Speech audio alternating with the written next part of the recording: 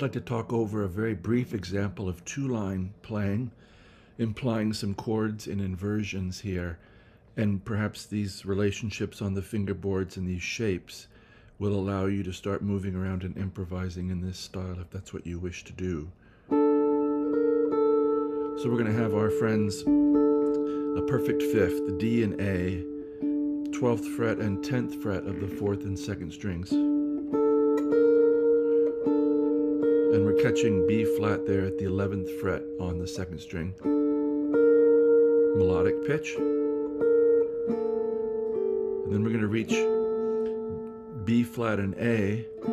This is 13 and 10, strings 5 and 2. And that's an appoggiatura, which means it's a non-chord tone that's landing on the beat right here, and it resolves.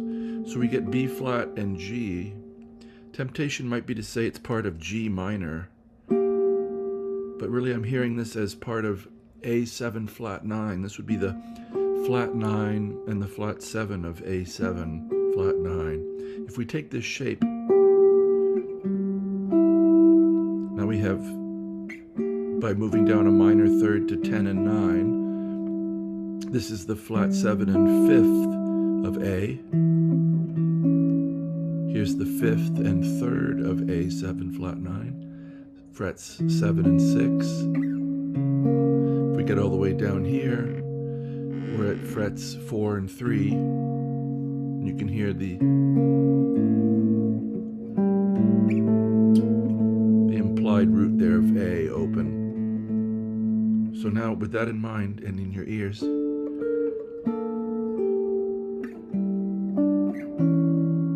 how that would go right to D minor in our ears. A lot of this is about anticipating resolutions and anticipating where the lines might go, and also knowing enough progressions that if you choose a certain switch track, you can take it there. So in this case, we're just going to do 1 minor 5, 1 minor 5, 1 minor, and we'll go on. 10 and 12. 13, 13 and 10 with the appoggiatura G on the 12th fret. And now these guys dropped, these sixths drop to A and F, 12 and 10.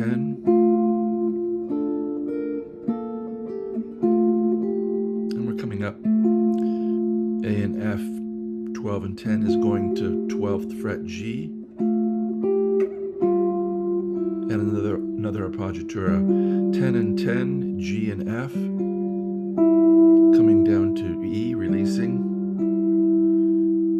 9th fret. And now we're going to come together. We've had a voice exchange.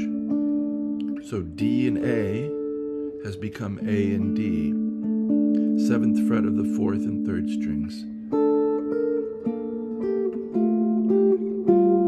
Together, 5th. This gives us somewhere to go. So the voices are pretty close together. If we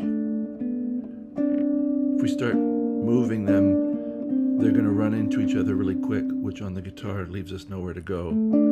So the 7th fret interval of a 4th, A and D.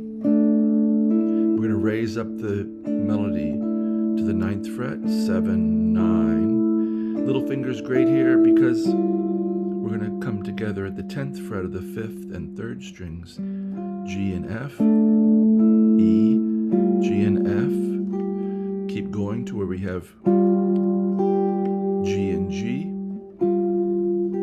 This is now 10 and 8.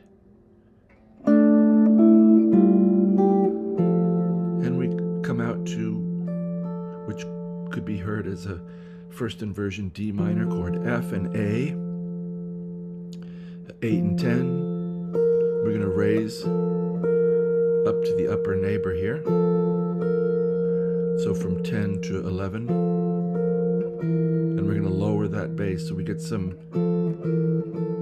contrary motion. So here's 7 and 11 down to 8, E and B flat down to G, which you'll hear also gives us that A7 flat 9 sound.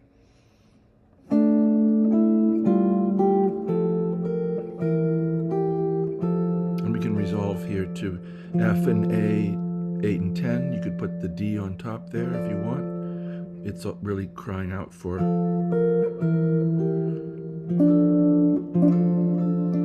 that D in the middle there on the 7th fret of the 3rd string.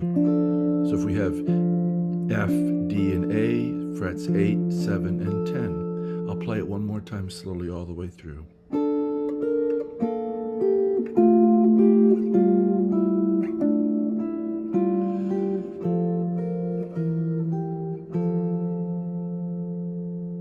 Just one little side note too, I notice my breathing.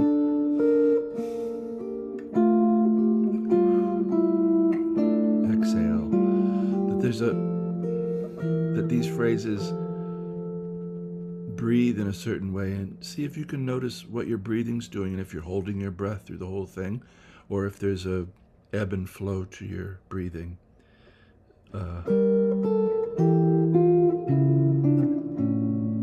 I noticed from watching these videos that I make for you that my mouth is really involved in what I play, as I'm almost as if I have a horn, a saxophone or something in there, and I'm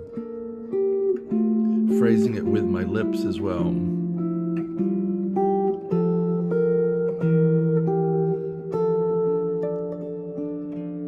So I hope this line finds you well and enjoying your music, having the luxury of playing the guitar and appreciating that fact. And I wish you, as always, a very, very good day.